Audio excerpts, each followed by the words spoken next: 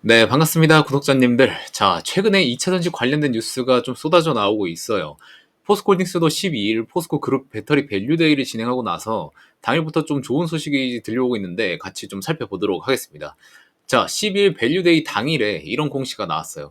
자사주 소각 결정 공시인데 두 개나 나왔습니다. 자, 하나는 1천억 가량 자사주 장내 매입 후 소각 공시이고 또 하나는 기존 보유 주식에서 6,621억 가량 소각한다는 공시예요. 자, 이건 올 7월 내에 마무리가 될 예정이고, 자, 1천억은 10월 중순까지 장내 매수 후에 소각을 한다고 합니다. 자, 그럼 올해 7,600억 가량의 매물이 삭제가 된다는 소리인데, 여러분들 포스코홀딩스에서 7,600억이면 지금 최근에 나온 거래대금의 거의 7개 봉을 포스코에서 없앤다는 얘기예요. 그럼 무슨 의미냐?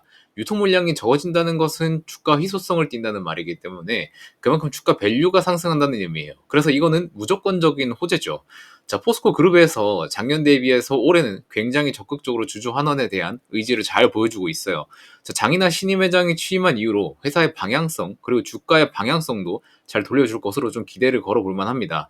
자, 그리고 밸류데이에서 언급한 것이 장래 사업과 경영 계획에 대해서 이것도 공시를 제출했는데 기존 철강 사업 대비 2차전지 소재 사업을 더욱 강화한다고 합니다. 자, 둘 다 2023년 기준 실적으로 리튬 니켈 사업은 3조 8천억 수준이었고요. 양극재, 음극재는 3조 3천억 원 수준이었어요. 도합 7.1조 정도 되는 규모죠. 자, 그런데 이 사업 매출을 26년, 이제 1년 반 남았는데 총 11조까지 성장시키겠다고 합니다. 자, 그럼 4조 정도의 매출 성장을 시킨다는 말인데 지금 매출에서 50%가량 성장을 한다는 말이거든요. 리튬 같은 경우에는 지난 영상에서도 말씀드렸다시피 칠레 리튬 광산을 필두로 우량 자원 확보를 계속해서 진행해 나갈 예정이고 니켈은 IRA 정책을 등에 업고 양극재 사업과 시너지 아무래도 밀도를 높이는데 니켈 함유량이 높아져야 하다 보니까 양극재와 시너지가 좀 중요하죠. 자, 양극재 같은 경우에도 사실 고객사는 많을수록 좋아요. 왜냐면 하나의 파이프라인만 보유할 경우에는 그 라인이 막히면 당장의 매출이 끊기는 것이기 때문에 여기서 말하는 고객 다변화는 매우 중요한 과제입니다. 그래서 최근에 황화 리튬 사업을 진행하면서 전고체 선두주자인 삼성 SDI에 납품하려고 노력하는 중이기도 하고요. 자, 음극재 풀라인업 구축의 경우에는 포스코홀딩스가 리튬 메탈 음극재라고 또 준비를 하고 있어요.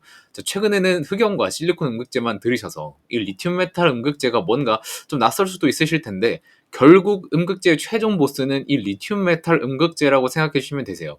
자, 왜냐면 가장 밀도가 촘촘한 원소는 지금 리튬이다 보니까 음극재도 리튬을 사용하게 되면 배터리에 들어가는 음극재 함유량을 최소화할 수 있는 거죠. 근데 지금 당장 적용이 불가한 이유는 여러 가지가 좀 있는데 우선 첫 번째로 충방전 사이클이 짧아요. 이 말은 수명이 짧다는 이야기고요.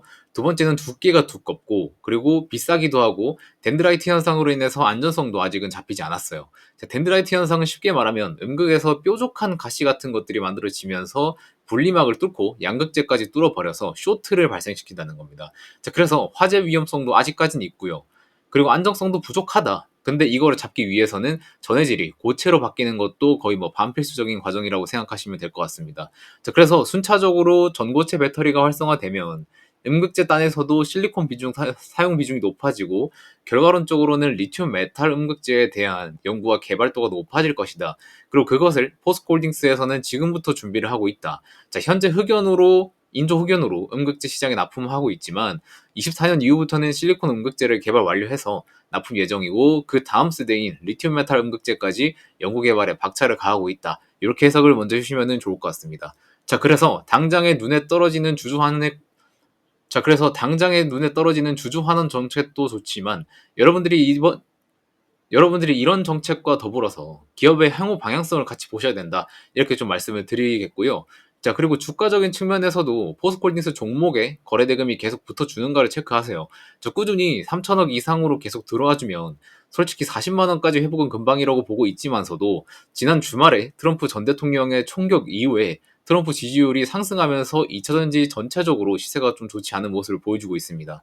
자, 오늘 같은 하락은 기업의 펀더멘탈의 문제보다는 정치적인 문제로 좀 하락하는 모습을 좀 보여주고 있어요.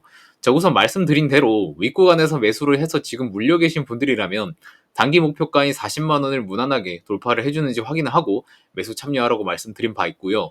자, 40만 원에서 저항을 맞으면 다시 추락할 가능성이 높으니까 이 점만 센티먼트적으로 참고해 주시면 좋을 것 같습니다.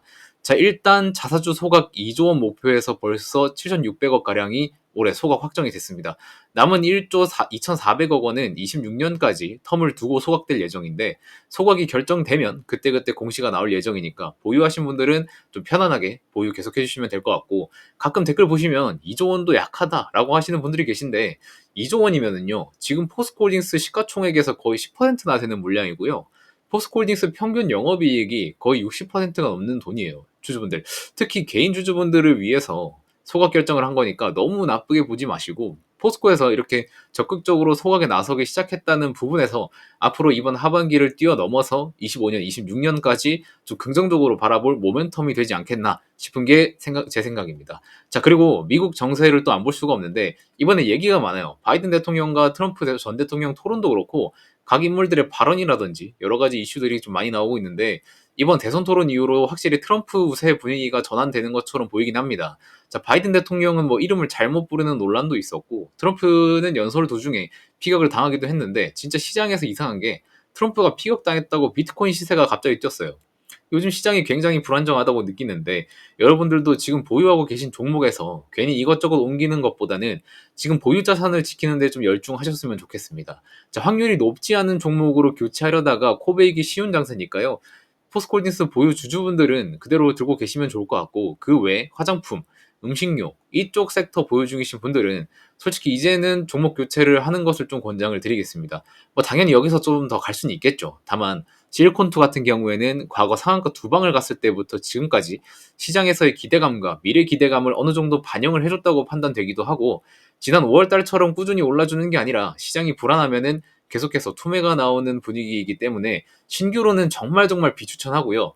이미 수급 상황도 외국인은 계속해서 나가고 있는 분위기입니다.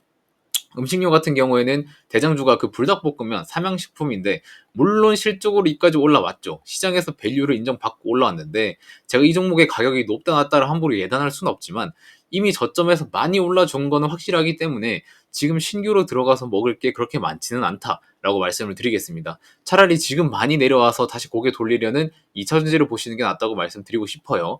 그리고 지금 업황이랑 실적 수주 모든 게 다 좋고 이미 24, 25, 26년 실적 성장은 확정되어 있는 조선 섹터를 보시는 게 낫다고 지금 거의 2주일째 말씀드리는 것 같은데 조선 섹터가 지금 펀더멘털은 완벽해요. 앞서 말씀드렸던 실적이랑 수주 전체적으로 좋은 상황인데 수급이 안 붙어요. 이 수급이 펀더멘탈을 재료로 상승하기 시작하면 솔직히 삼양식품 같은 이런 흐름 기대해볼 만하다고 생각합니다. 그래서 여러분들이 나는 꼭 종목 교체를 해야 하는 상황이다 싶으면 HD 현대미포나 HD 현대중공업 같은 조선주들로 교체해보시면 좋을 것 같아요. 조선 쪽에서도 업사이드가 더 크게 예상되는 쪽은 아무래도 하위 기자재들 쪽이죠. 조선 쪽은 수주 들어왔다는 뉴스가 계속 나와줘서 고가를 계속 갱신해주고 있는 상황인데 이 기자재 쪽은 아직 수급이나 재료가 안 붙어졌기 때문에 미리 매집하고 대기한 다음에 상승을 기다리기 정말 좋은 섹터거든요. 그래서 지금 손실을 받고 하반기 한 6개월 정도 넉넉하게 기간 잡고 복구를 해보고 싶다 하시는 분들은 왼쪽 아래 보이는 제 번호로 영어 알파벳 A 하나만 보내주시면 조선 기자재 쪽으로 지금 매집 가능한 종목 딱 하나만 여러 개 포트 담을 필요도 없어요. 딱 하나만 보유하시면 되니까 요거 매수 타점 그리고 목표가 기업 코멘트 그리고 추가로 수혜 받을 종목 이렇게 정리해서 회신 드리도록 하겠습니다. 자, 대신에 구독만 눌러주시고요. 이제 채널 구독자가 1만 명이 얼마 남지 않았어요. 1만 명 되면 사실 이렇게 무료로 정보 드리는 거는 그만할 거예요. 단기적인 목표를 위해서 드린 거지 무한정으로 퍼드릴 수는 없는지라 그렇게 알아주시면 될 것 같고요. 1만 명 전에 뽕 뽑으셔야죠. 그죠? 그러니까 하반기에 조선 섹터 주목받기 전에 빨리 매집을 진행해두고 싶으신 분들은 아래 번호로 연락 주시면 되겠습니다. 자, 문자 보내기 전에 여러분들이 걱정하실 거예요. 이거 돈 드는 거 아니냐, 금전 요구하는 거 아니냐, 불안하실 텐데 전혀 그렇지 않고요. 100% 무료니까 받아보시고 직접 매수 안 하셔도 됩니다. 자, 어떤 종목인지 확인 후에 뭐 비중 작게라도 들어가셔서 흐름 좀 체크해 보시면 좋을 것 같습니다. 네, 그럼 저는 다음 영상에서 또 뵙도록 하겠습니다. 고맙습니다.